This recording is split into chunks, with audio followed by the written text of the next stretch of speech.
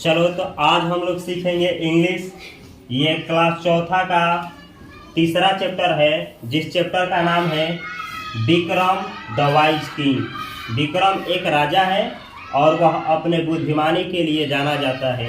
ये आप लोग आज की चैप्टर में सीखेंगे। ये क्लास फोर्थ का चैप्टर है। यहाँ पे चैप्टर हम लिख दिए हैं, कैसे इंग्लिश पढ़ा जाता है और कैसे उसका हिंदी निकाला जाता है, आप लोग इस वीडियो में सीखेंगे। तो चलिए स्टार्ट करते हैं। लिखा गया है there was a king. There का मतलब होता है कुछ भी नहीं, बस ऐसे ही कोई चीज़ बतलाना हो। जैसे कि ये कॉलम है तो there is a pen, there is a king, there was a king. There का मतलब कुछ नहीं, वाज यानी था और यानी एक, किंग यानी राजा। यानी इस सेंटेंस का हिंदी मीनिंग हुआ कि देयर वाज अ किंग यानी एक राजा था। वाज यानी था, तो इसका हिंदी मीनिंग हुआ कि एक राजा था। His name was Vikram. His name यानी उसका नाम, वाज यानी था, विक्रम यानी विक्रम, तो इसका हिंदी मीनिंग हुआ कि उसका नाम विक्रम था। आगे लिखा गया है ही वाज वेरी वाइज। ही यानी वह यानी कौन? राजा। वाज यानी था, वेरी वाइज यानी बहुत बुद्धिमान। वाइज का हिंदी मीनिंग होता है बुद्धिमान। तो इस सेंटेंस का हिंदी मीनिंग क्या हुआ कि वह बहुत बुद्धिमान था। आगे लिखा गया है ही वॉज अ ग्रेट जज। ही यानी वह यानी कौन? राजा। वॉज यानी था, और यानी एक, ग्रेट यानी महान, जज यानी न्यायाधीश। वह आदमी जो किसी को न्याय दिलाता है उसको न्यायाधीश बोला जाता है। तो इसका हिंदी मीनिंग हुआ कि जो राजा था वह क्या था? बहुत बड़ा न्यायाधीश था। यानी वह जब दो लोगों के बीच कोई इशू आ जाए तो उस इशू को सुलझाने में राजा क्या था? बहुत महान था।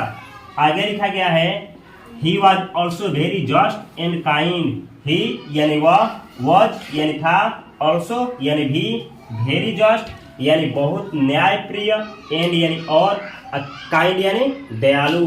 तो इसका हिंदी मीनिंग हुआ कि जो राजा था वह बहुत न्यायप्रिय और दयालु था। मतलब वो न्यायप्रिय भी था और दयालु भी था। आगे लिखा गया है वन डे यानी एक दिन।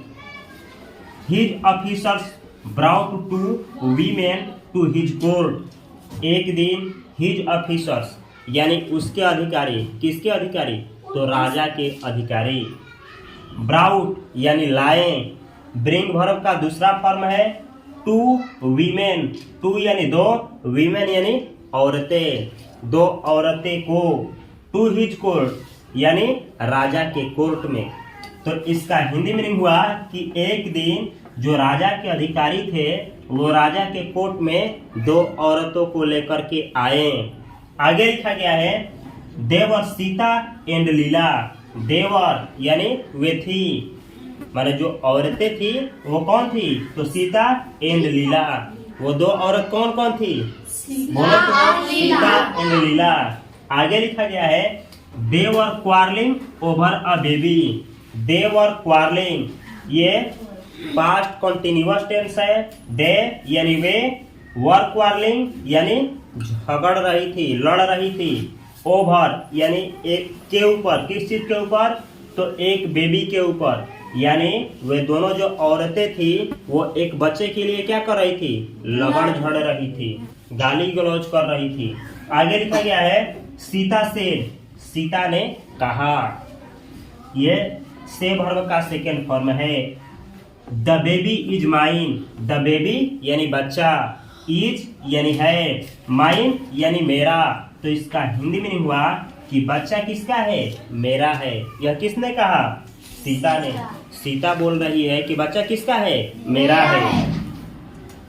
लीला है जे स्टोलन द बेबी। लीला है जे स्टोलन, यह पास्ट प्रेजेंट परफेक्ट टेंस है। स्टिल वर्ब का यह थर्ड फॉर्म है। इसका हिंदी मीनिंग हुआ लीला है जे स्टोलन, लीला ने चुरा लिया है। द बेबी यानी बच्चा। यानी सीता जो बोल रही है, सीता कह रही है कि बच्चा मेरा है। लीला क्या की है? उसको चुरा ली है। आगे लिखा गया है know the baby is mine. तब बोल रही है दूसरी कि नो, बच्चा मेरा है। This women is telling a lie. This women यानी यह औरत, इज टेलिंग अ लाई यानी झूठ बोल रही है। टेल अ लाई का हिंदी मीनिंग होता है झूठ बोलना। सेड लीला, लीला ने कहा।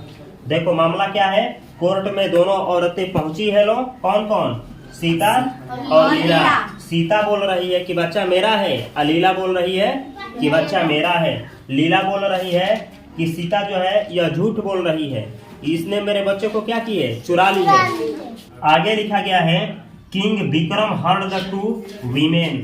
किंग विक्रम यानी राजा विक्रम ने, हर्ड यानी सुना, द टू वीमेन यानी दो औरतों को, यानी कोर्ट में बुलाया राजा विक्रम ने और दोनों औरतों का क्या मसला है, क्या मामला है, किस लिए लड़ रही है, उसने पूछा। समझ आया। He thought over the matter deeply. He thought यानी उसने सोचा, किसने, राजा ने सोचा।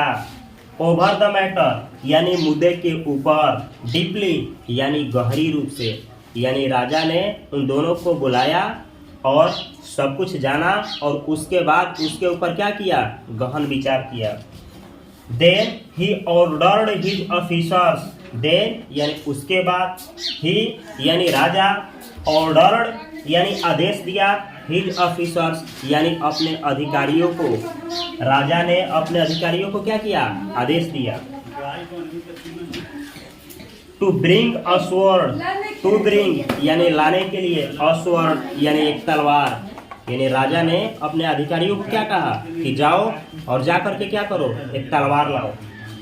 The king said to one of his officers, the king यानी राजा ने, said यानी कहा, past indefinite tense, to one यानी एक से, of his officers यानी अपने अधिकारियों में से एक को, यानी उनके बहुत सारे अधिकारी थे, उस अधिकारियों में से एक को राजा ने बुलाया और कहा कि जाओ और जा करके क्या करो, एक तलवार लाओ।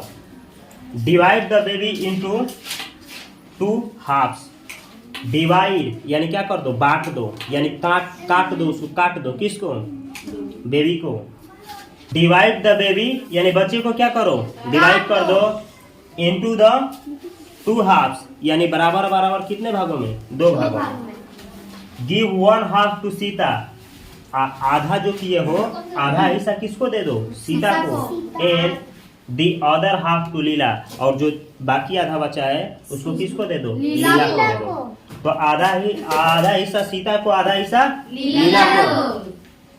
हियरिंग दिस यह सुन करके, सीता क्राइड लाउडली, सीता ने जोर जोर से क्या की, रोना शुरू कर दी, चिल्लाना शुरू कर दी।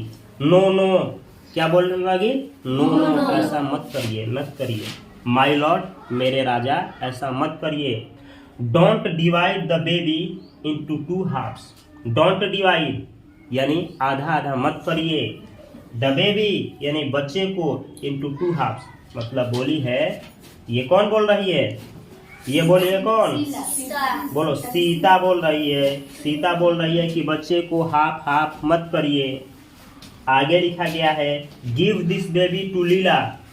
गिव दिस यानी इसको दे दिया जाए, इस बच्चे को दे दिया जाए, किसको, लीला को। सीता बोल रही है कि बच्चे को ना काटा जाए, ये बच्चा किसको दे दिया जाए, लीला को। Let the baby live. Let the baby live का मतलब हुआ कि बच्चे को जीने दो। लेट द बेबी लिव का मतलब क्या हुआ कि बच्चे को क्या किया जाए, जीने दो। The king ordered his officers. राजा ने क्या किया, अपने अधिकारियों को आदेश दिया, give the baby to Sita. Give the baby, give यानी दे दो, द बेबी यानी बच्चे को, टू सीता यानी सीता को। राजा ने क्या आदेश दिया कि इस बच्चे को किसको दिया जाए, सीता को। सी इज द रियल मदर। वह, इसकी रियल मदर कौन है, सीता है, सीता है। अब क्यों, तो सुनो। Everyone present at the court was surprised. Everyone यानी हर एक कोई, प्रेजेंट एट द कोर्ट यानी जो लोग कोर्ट में प्रेजेंट थे, वह यानी थे, सरप्राइज यानी आश्चर्यचकित हुए। जो भी लोग कोर्ट में प्रेजेंट थे वो सब क्या रह गए, दंग रह गए, ये सुन करके कि राजा कैसे निर्णय ले रहा है। लिखा गया है they appreciated the wisdom of king Vikram. They appreciated, they यानी जो कोर्ट में मौजूद थे वे लोग अप्रिसिएटेड यानी प्रशंसा किया, द विजडम यानी बुद्धि का, ऑफ यानी का, किसका, तो किंग विक्रम का, यानी जो किंग विक्रम थे उनकी बुद्धि की प्रशंसा की गई। देखो एक बार हम बतला दे कहानी का मोरल क्या है। कहानी क्या है, देखो कहानी इस तरीके से है कि एक बार दो औरतें एक बच्चे के लिए क्या कर रही थी, झगड़ रही थी। किस लिए, कि एक बच्चा था, एक औरत बोल रही थी कि ये बच्चा मेरा है, दूसरी औरत बोल रही थी कि ये बच्चा मेरा है। औरत कौन थी, सीता और लीला। क्या सीता क्या बोल रही थी, सीता बोल रही थी कि ये बच्चा मेरा है, इसको लीला क्या की है, चुरा ली है। और लीला क्या बोल रही थी कि ये बच्चा मेरा है, ये बच्चा मेरा है। और ये कोर्ट, ये फैसला कहाँ पहुंचा, राजा के कोर्ट में। राजा का नाम क्या था, किंग विक्रम। तो राजा ने क्या किया, दोनों को बुलाया और बुलाने के बाद बात को सुना समझा, उसके बाद से अपने अधिकारी को कहा कि जाओ एक तलवार लाओ, तलवार लाओगे तो हम क्या करेंगे, बच्चा का आधा आधा कर देंगे। अब बतलाओ, जब बच्चा को आधा आधा किया जाएगा तो जो रियल मदर होगी वो अपने बच्चा को चाहेगी कि आधा आधा कट जाए, नहीं ना चाहेगी। वो तो आगे ही कहेगी कि भले बच्चा का जान ना जाए, बच्चे को दूसरे को ही रहने दो उसी का रहे। क्या तो जो वास्तविक माँ थी, कौन, जो वास्तविक माँ थी लीला, यह क्या बोली कि बच्चा को ना काटा जाए, दे दो इसको सीता को। नहीं सीता, सॉरी सीता क्या बोली, सीता बोली कि बच्चा को ना काटा जाए, इसको दे दिया जाए, किसको, लीला को। तो राजा समझ गया कि ये बच्चा किसका है, ये बच्चा सीता का है। और क्या किया गया, बच्चे को सीता को दे दिया गया। वही क्या थी, रियल मदर, किसका, बच्चे का। ये चैप्टर तुम लोग का समाप्त हो गया।